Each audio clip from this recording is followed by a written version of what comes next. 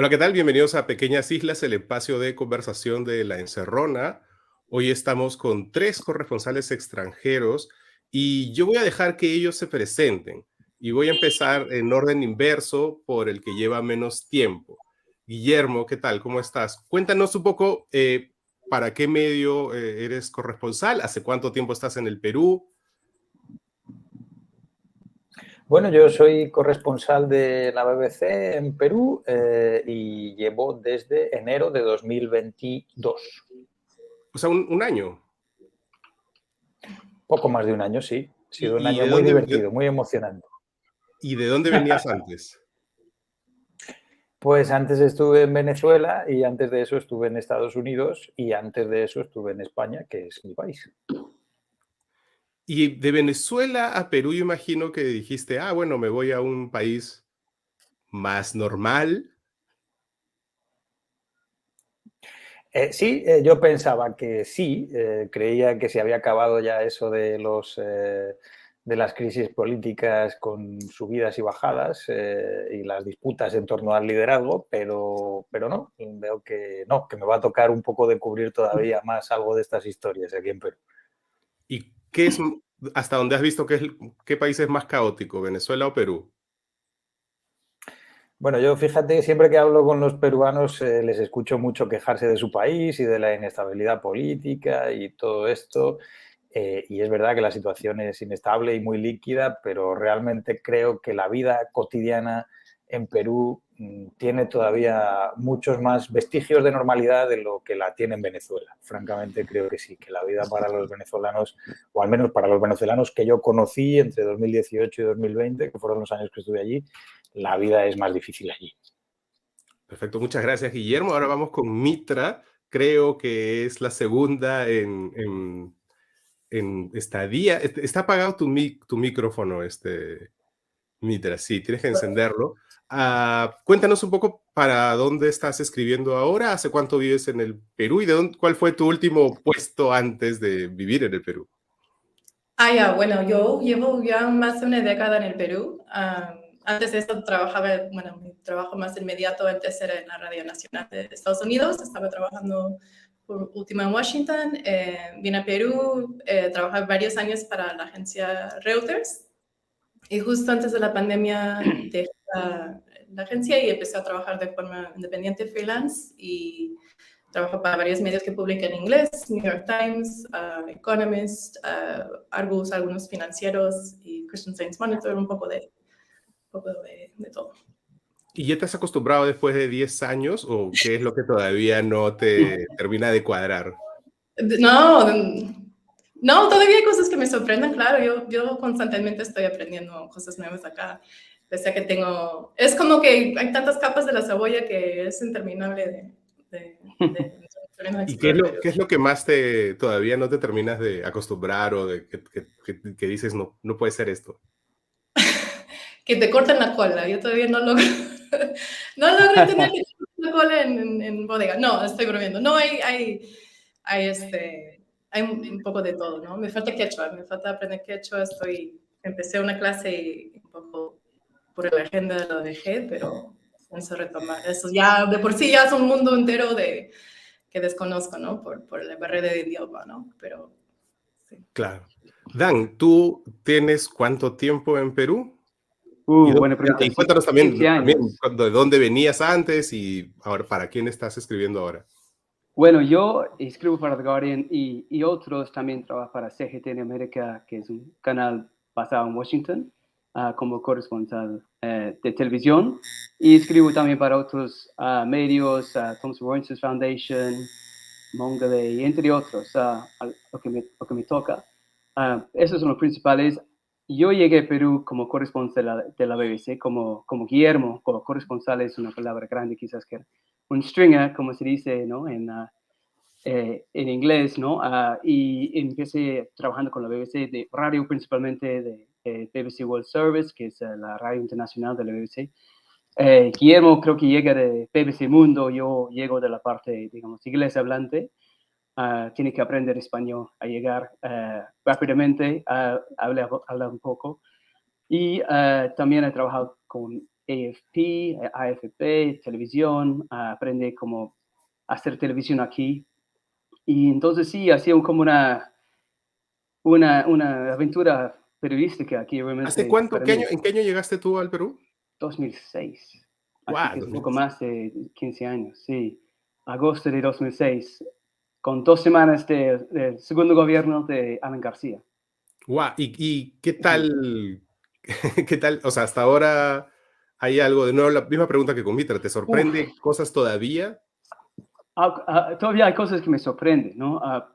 O sea, cosas como de la tragicomedia de la política peruana, ¿no? Me sorprende.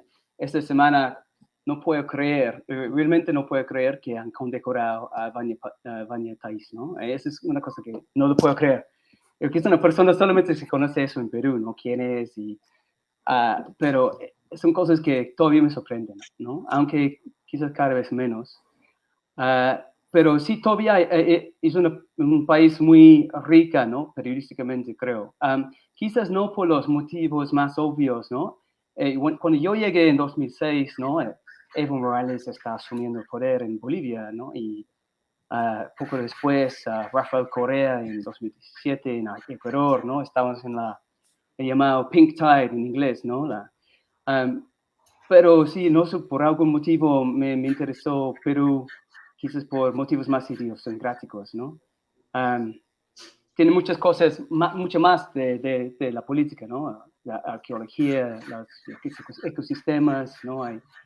Creo que hay muchas historias para contar todavía. Justo eso lo quería preguntar, porque normalmente en estos días ha habido mucha, digamos, los reflectores han estado mucho sobre los corresponsales extranjeros, sobre todo por la cobertura de la crisis social, política que hay. Pero ustedes no solo cubren política, ¿verdad? Tienen que ser como una especie de todólogos. Correcto, sí. Sí, o quizás Es una pregunta para los tres. Guillermo acaba de hacer una nota sobre las líneas de Nazca, ¿no? Que me interesó mucho, ¿no? Así que sí, esos tipos de historias muchas veces son lo que más llama la atención afuera. Pero en los últimos 2 meses, Perú ha sido como en los titulares de todos los medios internacionales por la crisis política, cosa que estamos cubriendo, digamos, y viendo de cerca, pero pocas veces que llega a ser un titular en un periódico internacional como el New York Times, ¿no? Claro. A ver, Guillermo, cuéntame un poco, tú cubres de todo. Bueno, yo te he visto en el High Festival, ¿no? O sea, que no cubres solamente política, digamos. Sí, cubrimos de todo y de todo lo que pasa en Perú, que es mucho, ¿no? Y efectivamente, los temas más diversos, como menciona Dan, pues hace poco la última nota que publicamos es un tema más arqueológico, más cultural, relacionado con la cultura nazca y cómo se proveían de agua. También hace poco publicamos una cosa de gastronomía centrada en este chef Virgilio Martínez del Restaurante Central. En fin, temas muy diversos, ¿no? Que no tienen mucha conexión el uno con el otro. Y la verdad es que en mi caso, por el tipo de público del medio al que yo sirvo, normalmente les interesan más los temas que no tienen que ver con la política. Ha sido ahora, con todo este lío que se ha formado, con la caída de Castillo y con el gobierno que sucedió, con Dina Boluarte, las protestas, la represión, toda la violencia que hemos visto, que digamos que se ha suscitado este interés por el asunto político, por una crisis política que además no tiene desenlace aún, ¿no? Es una historia que todavía está en curso. Y por eso ahora nos estamos centrando más en esto. Pero efectivamente el menú nuestro como corresponsales, creo que a los tres nos pasa, es muy variado, ¿no? Mitra, a mí una cosa que me sorprende es que el Perú, o lo que pasa en la política del Perú, hacia afuera no es tan conocido, a pesar de que es tan alucinante y como es una telenovela, a los peruanos nos tiene atrapados, pero hacia afuera, ¿por qué crees que es eso? ¿Por qué lo que pasa, los presidentes peruanos no se vuelven íconos como pasa con presidentes de otros países? ¿Por qué? ¿Qué pasa allí? En cuanto a los presidentes, creo que son muy pasajeros últimamente, ¿no? O sea, ¿quién se va a acordar de tantos presidentes en tan corto plazo, ¿no? Pero sí, Perú siempre, yo creo que se han destacado los momentos más llamativos en política, expresidentes en la cárcel, los cambios de presidente, ese tipo de cosas, pero sí es un poco difícil mantener la atención un poco porque la narrativa es también no tan fácil. Digamos, en Venezuela fue bien claro, se sabía qué pasó entre izquierda por algunas cosas de política económica y también con el entorno internacional, se colapsó la economía, la gente empezó a migrar, hubo más represión. Es más claro que lo que tenemos acá, que es, no sé, es difícil un poco de definir hasta... Un santo chao. Un poco estamos viendo todavía cómo se va a definir este momento, viendo cómo termina, ¿no? Pero sí, yo creo que en parte es por eso, también es un país no tan grande, es mediano, hay un montón de cosas locas pasando también en lo demás del mundo y en la misma región que suelen llamar la atención más, ¿no? Pero creo que sí es difícil establecer una narrativa interesante, ¿no? La corrupción creo que en sí, que es parte grande de eso, es quizás no tan interesante, es un poco más lo que la gente espera de un país en América Latina, que haya mucha corrupción, entonces es un poco difícil encontrar a veces el ángulo, pues. Una cosa que has dicho me parece muy interesante, que es como, claro, cómo se explica el Perú hacia afuera, ¿no? Dan, por ejemplo, si tu editor te dice, ahora mismo, ¿quién está mandando en el Perú? ¿Tú qué le dices? Claro, sí. Es que cambia cada rato, ¿no? Y, bueno, felizmente, en mi caso, mi editor, él sí conoce bien la situación en América Latina, felizmente, ¿no? Pero, claro, cuando a veces en estos últimos 2 meses, ¿no? O un poco más ahora, he tenido la oportunidad de hablar con varios medios internacionales, como, por ejemplo, uno de los más raros para mí era ABC de Australia, ¿no?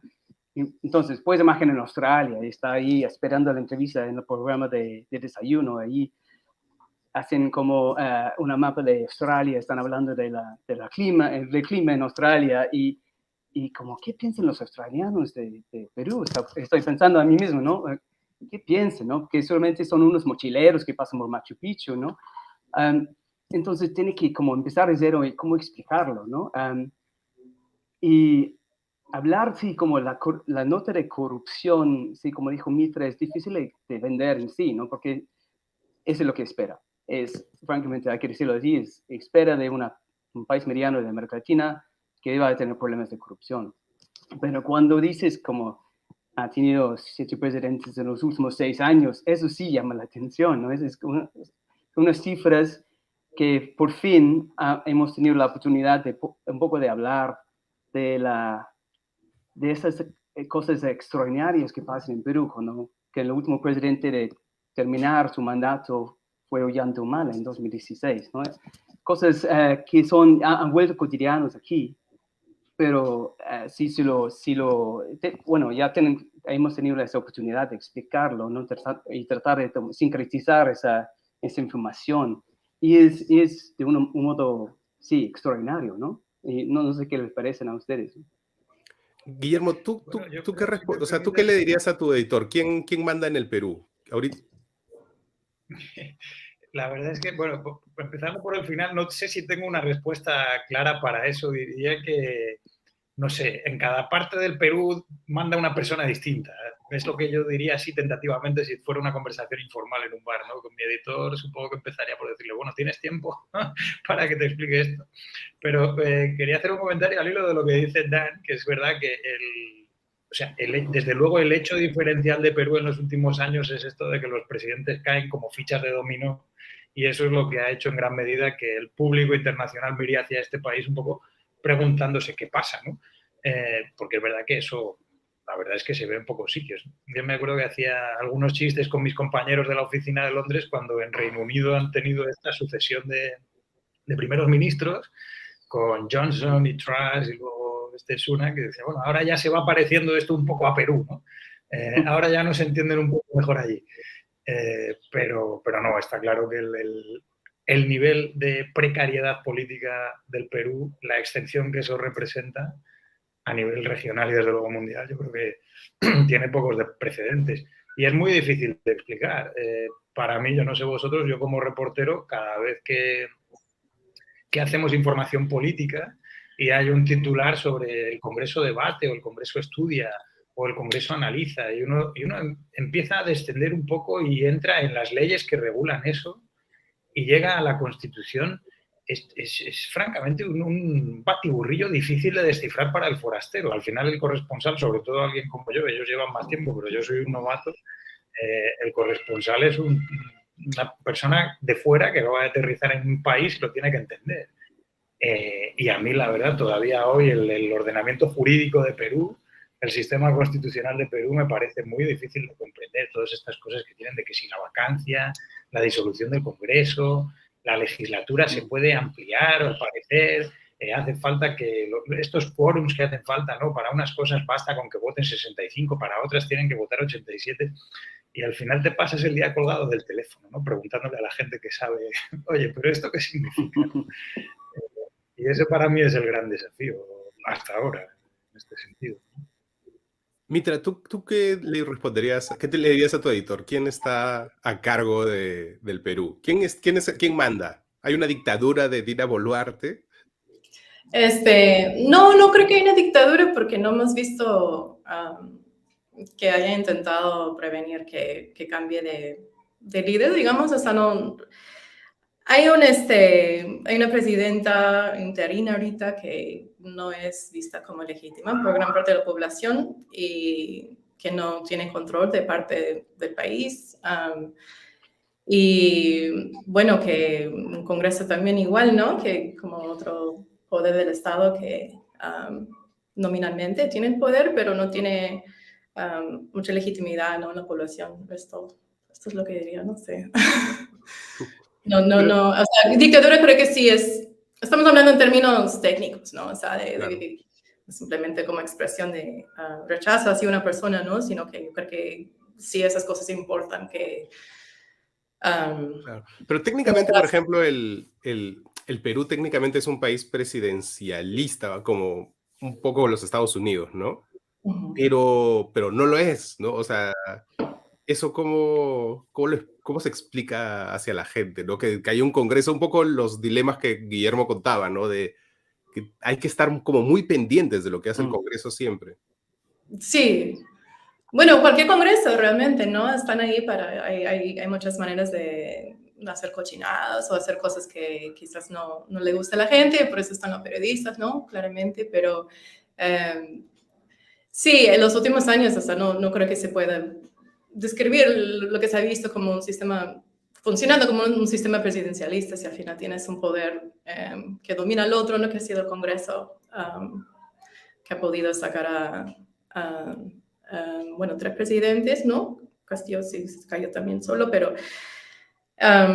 sí, no sé, nunca me han preguntado exactamente eso, pero hay una dinámica curiosa acá que creo que no es tan sostenible, ¿no? Y vamos a ver en los siguientes años exactamente cómo se resuelve, si se equilibra o, bueno, con el último fallo del TC parece más bien que se va a fortalecer más el poder del Parlamento. Ya algunos están hablando de que se viene una dictadura parlamentaria o vamos a ver más medidas de tipo autoritarias de parte del legislativo, ¿no?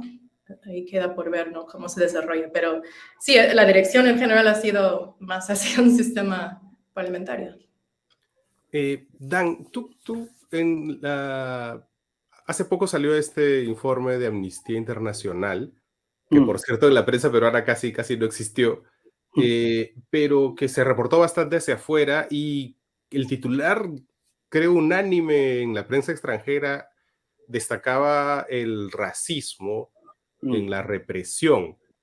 Y eso creo que le sorprendió a muchos, no voy a decir peruanos, pero probablemente tuvieras algunas respuestas de limeños específicamente y era como, ¿pero de qué están hablando estos? ¿Tú qué dirías? Claro, sí, recuerdo, o sea, era, como si yo escribí 600 palabras sobre eso, ¿no? Y no había forma de evitar ese titular, ¿no? O ese primer párrafo, ¿no? Sobre el sesgo racista en la violencia ejercida por las fuerzas del orden, ¿no? Era como era la historia, ¿no? De ese informe, ¿no? Y lo que me llamó la atención, y quizás no es una sorpresa, que, bueno, cuando hacen informes sobre Venezuela, Amnesty International hace informes sobre la situación de derechos humanos en Venezuela, ¿no? Y creo que las personas que están diciendo que todo lo que decía Amnesty International son mentiras, bueno, no decían eso, es mentira lo que decía Amnesty International sobre Perú, ¿no? No dicen eso en el caso de Venezuela, ¿no? Es que se nota el sesgo, digamos, para usar esa palabra de nuevo, ¿no? El sesgo del limeño, ¿no? Esta visión limeña sobre su país, ¿no? Que realmente no corresponde con la realidad, ¿no? Y ese intento de defenderlo, ¿no? Cuando hay cosas que realmente son indefensibles, ¿no? Es que creo que no hay duda que hubo graves violaciones de derechos humanos y tampoco es noticia, ¿no? Bueno, esa es parte de la historia reciente de Perú, ¿no? Es algo que tiene un vínculo con el pasado, quizás uno de los últimos 20 años, ¿no? Pero sí, en los 80s y 90s, ¿no? Y yo creo que es algo que los peruanos deberían reconocer, quizás más bien como preocupación. Y negarlo, una respuesta notablemente común que había a estos titulares sobre el racismo que destacaba Amnistía Internacional era, pero ¿cómo va a haber racismo en la represión si acaso los policías son rubios y blancos? ¿Acaso los policías no son igual de cholos que los manifestantes? ¿Cómo puede ser que haya racismo allí? Bueno, obviamente es una respuesta que se cae, bueno, una explicación que no se sostiene, ¿no? Se cae por su propio peso, ¿no? Es que obviamente la policía son parte de un sistema que quizás no, por decirlo así, que creo que hay no es verdad decir que hay una élite blanco limeño que gobierna el país, ¿no? Pero en sí, pero yo creo que es un poco más complejo eso, ¿no? Pero sí representa muchas veces los intereses los que gobiernan el país de esta élite o quizás el empresariado del país, ¿no? O sea, no estamos tan lejos de un grupo de personas que se sienten en el Club Nacional con vista de la Plaza de San Martín y deciden el rumbo del país, ¿no? A veces me hace recordar la historia de Perú un poco en estas circunstancias, ¿no? Porque yo veo que con la prensa tradicional, como se dice aquí en Perú, ¿no? Que es obviamente 80%, digamos, dominados por unos muy pocos grupos, ¿no? Hay esa falta de pluralidad, ¿no? Aunque hay muchos medios, ¿no? Dentro de este grupo, se ha expresado fuertemente en estos últimos meses, yo creo, y gracias a la prensa alternativa y quizás a la prensa internacional también, ¿no? Tenemos una visión más completa de lo que está pasando en el país, ¿no? Porque yo realmente no puedo creer que un periódico como El Comercio no está publicando el número de los muertos en la primera página de su periódico. Me parece asombroso, ¿no? No es que tiene que hacer esa noticia todos los días, ¿no? Pero cuando pasa un hecho de violencia, ¿no? Como en el caso de Puno, ¿no? 18 muertos en un día. Y no puedo creer que eso no está llegando, no está destacado como debería ser en los titulares de los periódicos nacionales. No, de la mayoría quizás de los periódicos nacionales. Uh-huh. Guillermo, ¿tú qué piensas? ¿Tú piensas que la sociedad peruana en general es racista, más racista que otros lados? Bueno, yo eso de más o menos, no sé, dicen que las comparaciones son odiosas, yo no me voy a atrever a hacer una, ¿no? Pero sí creo que el racismo, como el machismo, como otras formas de discriminación, cuando más peligroso es y cuando más nocivo es cuando está tan arraigado que quien lo ejerce ni siquiera repara en que lo está ejerciendo. Me parece que yo eso es lo que he visto hasta ahora en Perú y es lo que estoy percibiendo en lo que está pasando en los últimos meses, ¿no? Hay un sector de la población que ni siquiera contempla la posibilidad de que el racismo exista en Perú.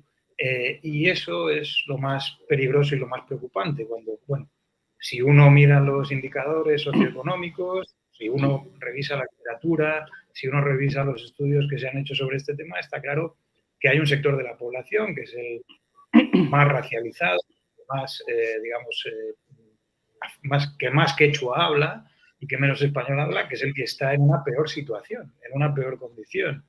Y eso, pues negarlo es como pues negar que existen los Andes en Perú. Esa es una realidad tan prominente y tan evidente para cualquier observador honesto e imparcial.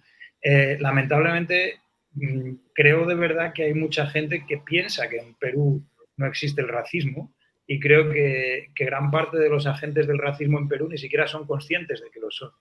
Pero eso no significa que no lo sean, ¿no?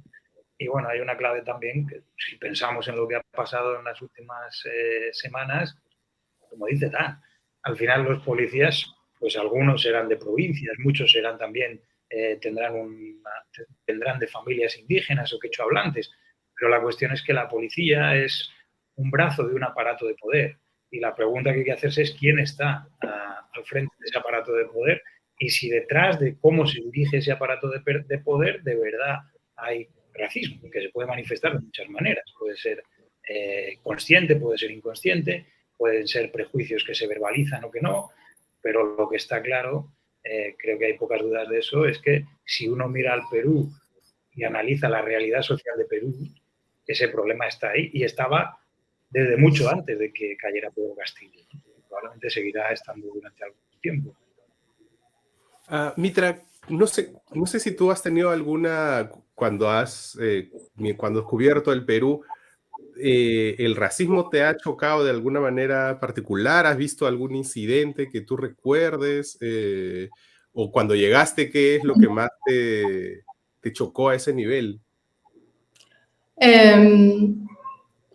O sea, de hecho, estuve en Cusco hace un poco más de una semana y en uno de los bloqueos en el cual nos sentamos a conversar un poco para pedir permiso que nos dejen pasar.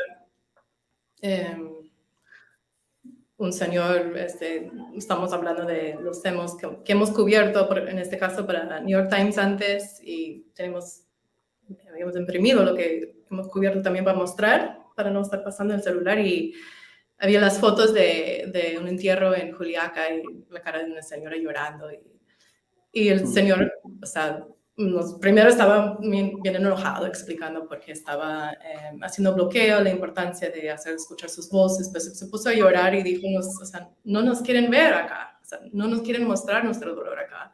Y él lo describe como es parte del sistema racista, ¿no? O sea, no necesariamente la gente lo pone siempre en esas palabras, pero se siente, o sea, conversando con la gente, entrevistando a la gente, se siente un dolor, ¿no? Y la gente habla de resentimiento, que, son unos resentidos, pero, o sea, si uno piensa en por qué hay un rencor en el inicio, ¿no? O sea, hay muchos motivos para tener un dolor de ese tipo, de sentirse excluido en su propio país. Muchas personas viven así eso día a día. Si uno mismo no lo ha experimentado, solo es cuestión de conversar, yo creo que con alguien de buena fe sobre esas experiencias y saldrán, ¿no? O sea, se ve también, se ve en cómo está estructurada la sociedad, dónde vive la gente, quiénes. Yo creo que es el hecho de que estamos hablando de esto, no hay racismo, no muestra que hay una resistencia a reconocer el hecho de que existe y que está claro que existe, ¿no? Entonces, esa sería la evidencia más clara. Pero sí, entrevistados, sí, que me han contado de abuso policial en protestas, por ejemplo, de comentarios racistas que han recibido. Sí, hay muchos casos, ¿no? Pero yo diría que es algo que hay un cambio, ¿no? Que estamos viendo que es una conciencia mucho mayor en la población y un rechazo y una resistencia a eso que se está viendo más y más, está siendo más y más claro, ¿no? Cuando llegué acá yo me sorprendí con la publicidad, no pude creer. Yo creo que todos los extranjeros aprendemos con eso, porque vemos en todas las publicidades personas... Explícale por favor a un peruano que le parece la publicidad lo más normal del mundo, ¿qué es lo que te sorprendió de la publicidad? No, pues todos son rubios y en el país la gente no es mayoría nórdico, digamos, ¿no? chocado, o sea, publicidad del Día de la Madre, ¿no? O sea, y no se ve ni una madre como son la mayoría acá, ¿no? Ese tema sí es bien chocante, porque normalmente se trata de priorizar un poco diversidad, que todos se sientan representados en la publicidad para justamente vender más, ¿no? Para hacer esa conexión y me parece curioso que, bueno, hasta hoy día se ve ese tema visualmente, ¿no? Bien fuerte, como muestra de racismo. Una cosa que has dicho que me parece muy importante, ¿no? Que le mostraste a este señor que estaba haciendo su bloqueo en Cusco, la cobertura que habían hecho en el New York Times y las fotos de Juliaca, ¿no? Y son fotografías que yo no he visto en la prensa nacional. De pronto me equivoco y de pronto se me ha pasado por ahí, pero la representación del dolor o de los deudos o de las víctimas ha estado mucho mejor en la prensa internacional. Yo he visto las fotos de los sepelios en la portada del New York Times y no la he visto en el Comercio, por citar el ejemplo fácil. Sí, tampoco he visto en la tele, ¿no? O sea, cobertura desde ahí de los fallecidos, en los canales grandes, ¿no? Y, por ejemplo, cuando me parece que tú has ido ahí, Dan, me parece que tú también has estado... En Juliaca, sí. Ajá. Perdón, sí yo fui a Juliaca al fin de enero, principio de febrero, y sí, también paso por los bloqueos, haciendo la explicación en cada bloqueo, ¿no? Por qué estamos llegando y también por qué estamos saliendo, tenemos que publicar el informe. Y claro, sí, la primera, como lo que me chocó de Juliaca era que la gente estaban enardecidos, ¿no? Hay una tensión en el aire, ¿no? Se siente que la gente estaba protestando en casi, parecía en todo el momento, en cada calle de la parte del mercado estaban bloqueados, la gente se sentían realmente adoloridos por las muertes de los 17 ciudadanos, ¿no? Y también el policía.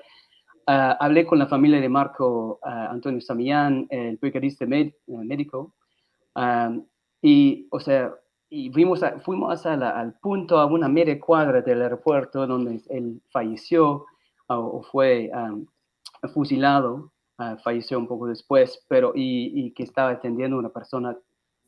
Era chocante porque la gente, los mismos vecinos salieron a hablar con nosotros y empezaron a llorar, ¿no? Los vecinos, no solamente la familia. Todos se sienten como una especie de trauma y se sienten muy desprotegidos. Eso es lo que yo sentía, que que sentía viendo la policía, viendo el ejército, viendo los helicópteros que pasaron por encima, y se sienten muy vulnerables, y sienten como que estaban en guerra, ¿no? Eso fue una de las cosas que cantaba, una de las frases que cantaba en las protestas. Ahora sí, guerra civil. Eso me impresionó. Yo obviamente espero que no llegue a eso, ¿no? Pero era como, esto es como el último insulto, ¿no? Y ahora sí estamos listos para cualquier cosa, ¿no? Y eso sí, que esto es lo que me impresionó, que el hecho que todas las personas que encontramos, siendo familiares o no, sentían el mismo duelo, el mismo enojo por lo que pasó. Guillermo, ¿tú ves que la cobertura de la prensa nacional, que en realidad es limeña, tiene un sesgo también de invisibilizar lo que no pasa en Lima?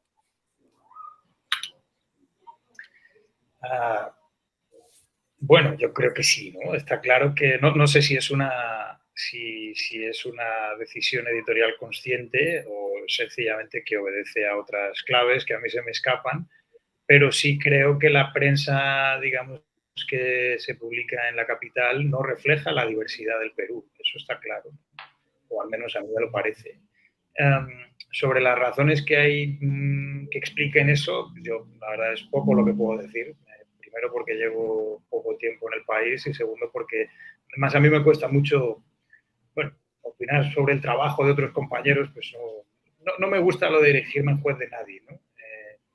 Entonces creo que lo que sí podemos concluir es que hay una falta de cobertura de gran parte de la realidad del país. parece que sí. Creo que el público peruano no está suficientemente atendido en lo que se refiere a comprender todo lo que pasa fuera de Lima, que es la mayor parte de lo que pasa. ¿Y en qué lo ves? ¿En qué ves eso, esa falta de cobertura? Bueno, yo creo que ha habido muchos ejemplos, ¿no? Lo acaba de mencionar Dan, efectivamente. Vimos para encontrar los testimonios de las familias que han perdido seres queridos en estas protestas, pues había que bucear mucho y rascar mucho. Eso es así. ¿Por qué pasa eso? Bueno, eso es una pregunta que se la dejo. Dan tiene la ventaja de que ya no trabaja para la BBC, que es un medio público británico. Yo todavía sí. Entonces voy a dejar que esta respuesta la conteste gente que pueda opinar, digamos, con más soltura sobre esto. Mitra, a ver, dale tú, si quieres animarte a responder eso. ¿En qué se ve esta falta de cobertura del resto del país?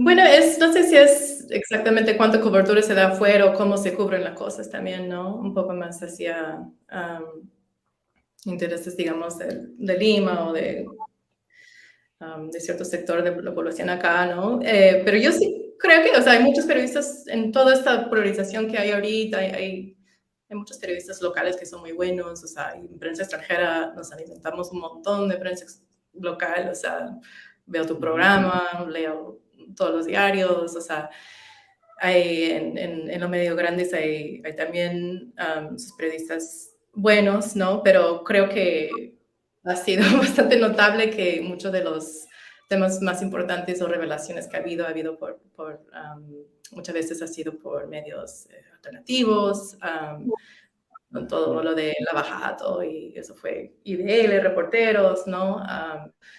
Hay otras premisas también que se han llevado periodistas independientes, pero, o sea, para mí se me marcan como dos momentos que digo, wow, o sea, la cobertura aquí está un poco raro. Fue en las elecciones en 2021, con la cobertura del tema de fraude, me sentí que hubo un sesgo bien fuerte, desde antes, ¿no? Con un poco que Castillo y Keiko terminaron yendo a segunda vuelta, se sintió, bueno, y se supo públicamente por algunas declaraciones de algunos canales de su intención de apoyar a Keiko.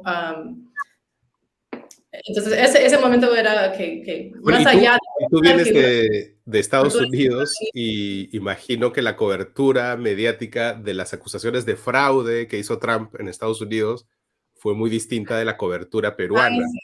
Sí, yo creo que la prensa en Estados Unidos sí sacó algunas lecciones de Trump, ¿no? Y ya para ese entonces habían marcado ciertas líneas de que no vamos a dar el micrófono a alguien que va a fomentar cosas que van en contra de la democracia, ¿no? Entonces sí, no se vio hasta acá más. Al contrario, ¿no? Se dio el micrófono bastante a Keiko, al criptoanalista, a todos para decir cosas sin fundamento, ¿no? Y sin cuestionarlo ni siquiera a veces.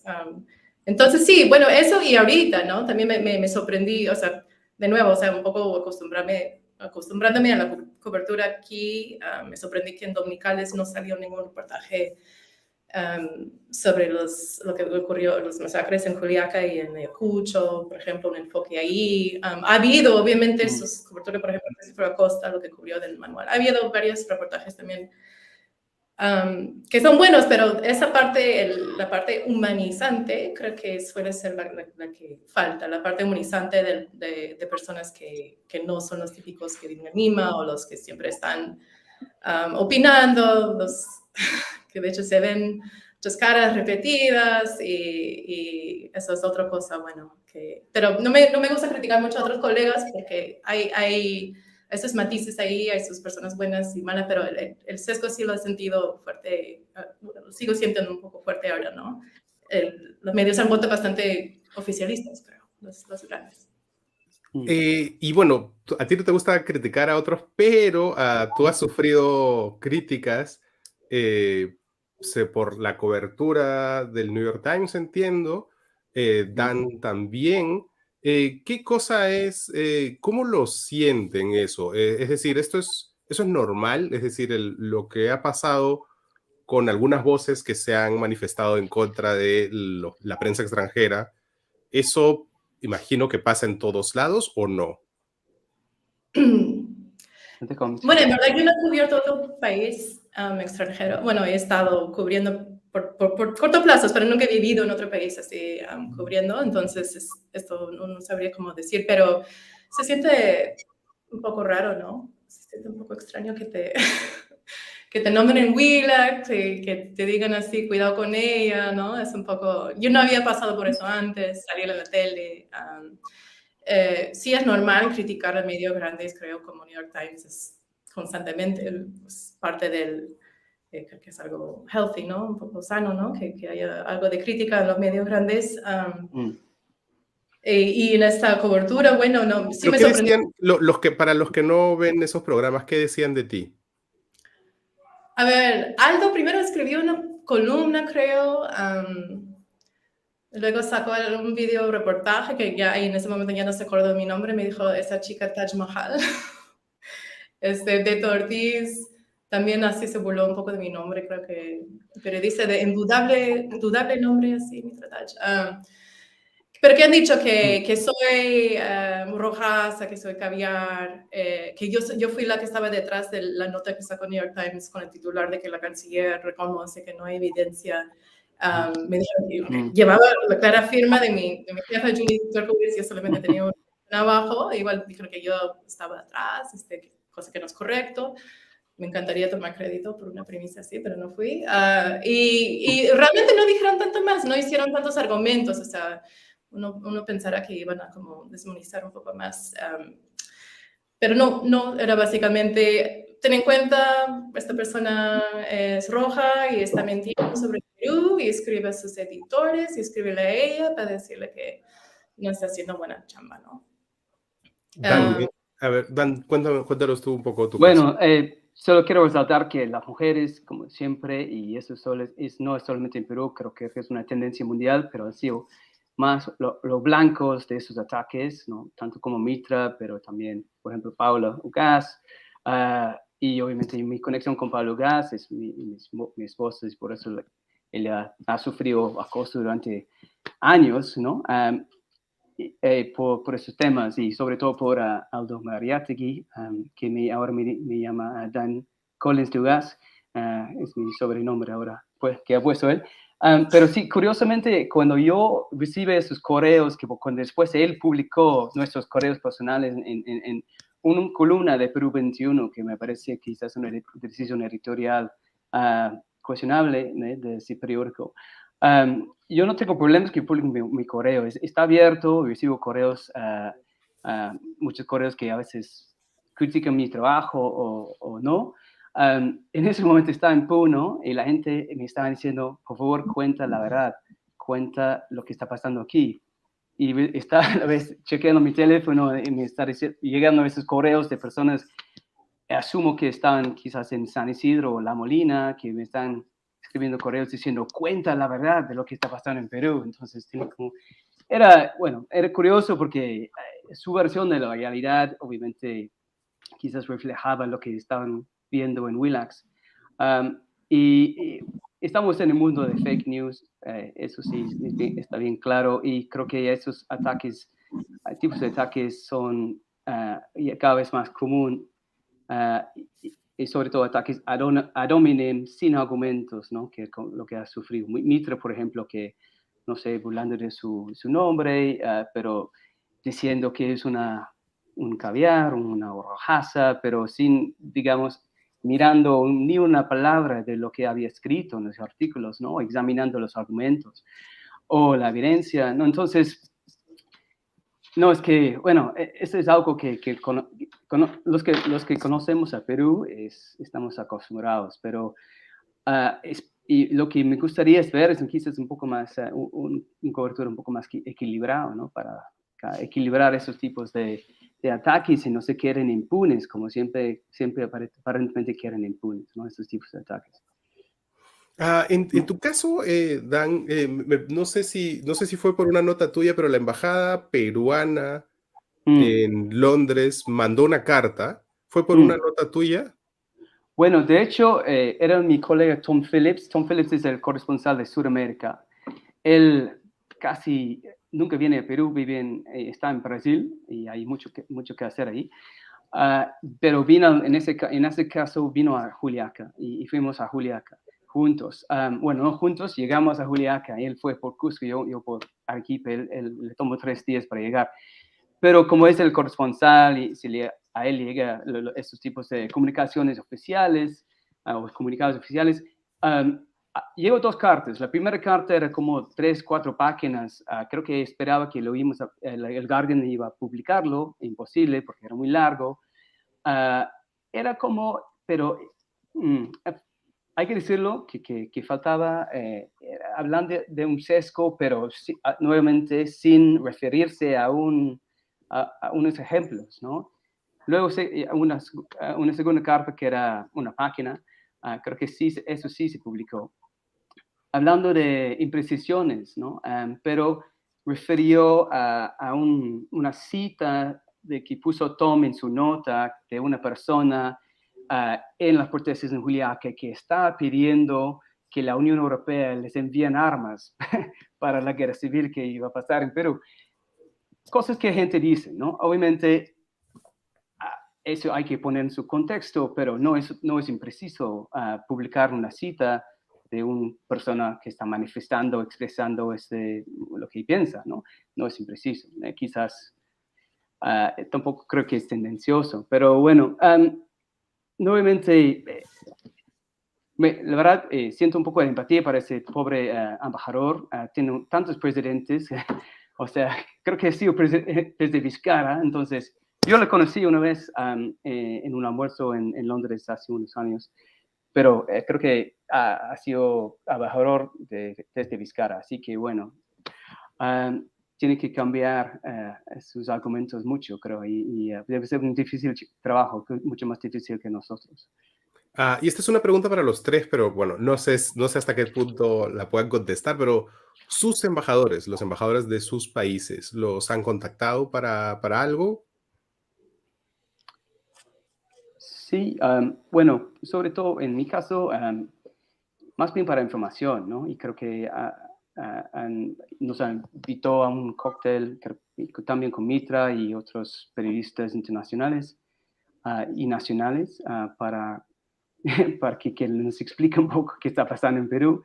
Es nuevo y creo que le cuesta entender lo que está pasando un poco porque es una situación muy compleja y que quiere entender un poco lo que está pasando en el Congreso y otras instancias del gobierno peruano.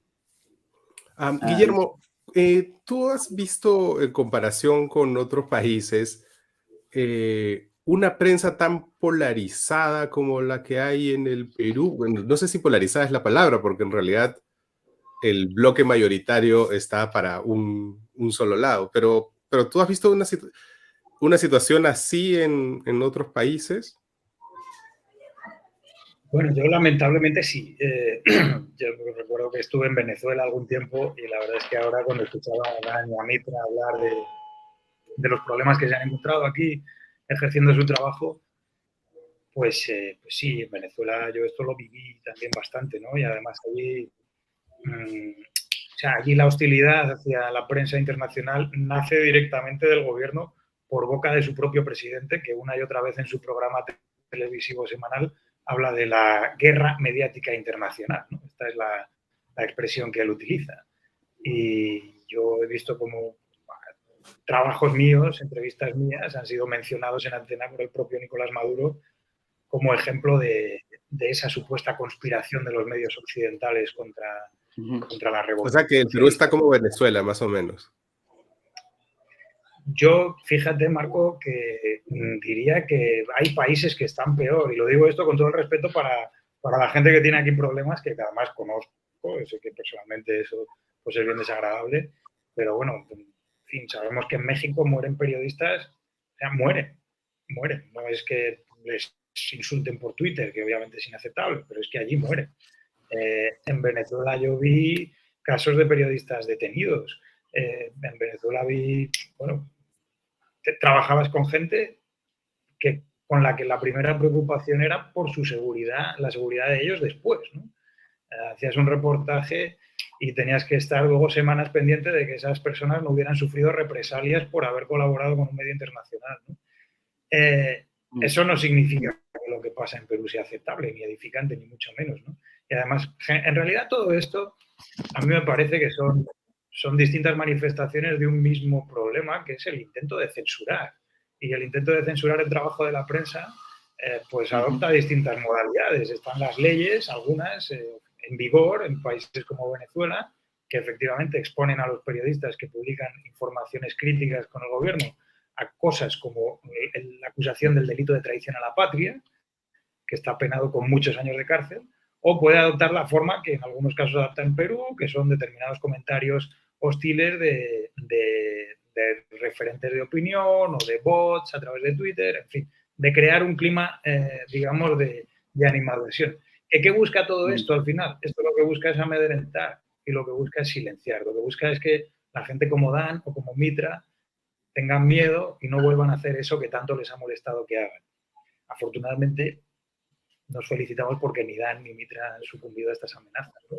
Pero es eso, no es más que un intento de intimidad. ¿Y tú qué crees que debería dejar de hacerse en el Perú para dejar de encaminarse hacia un escenario como el de Venezuela?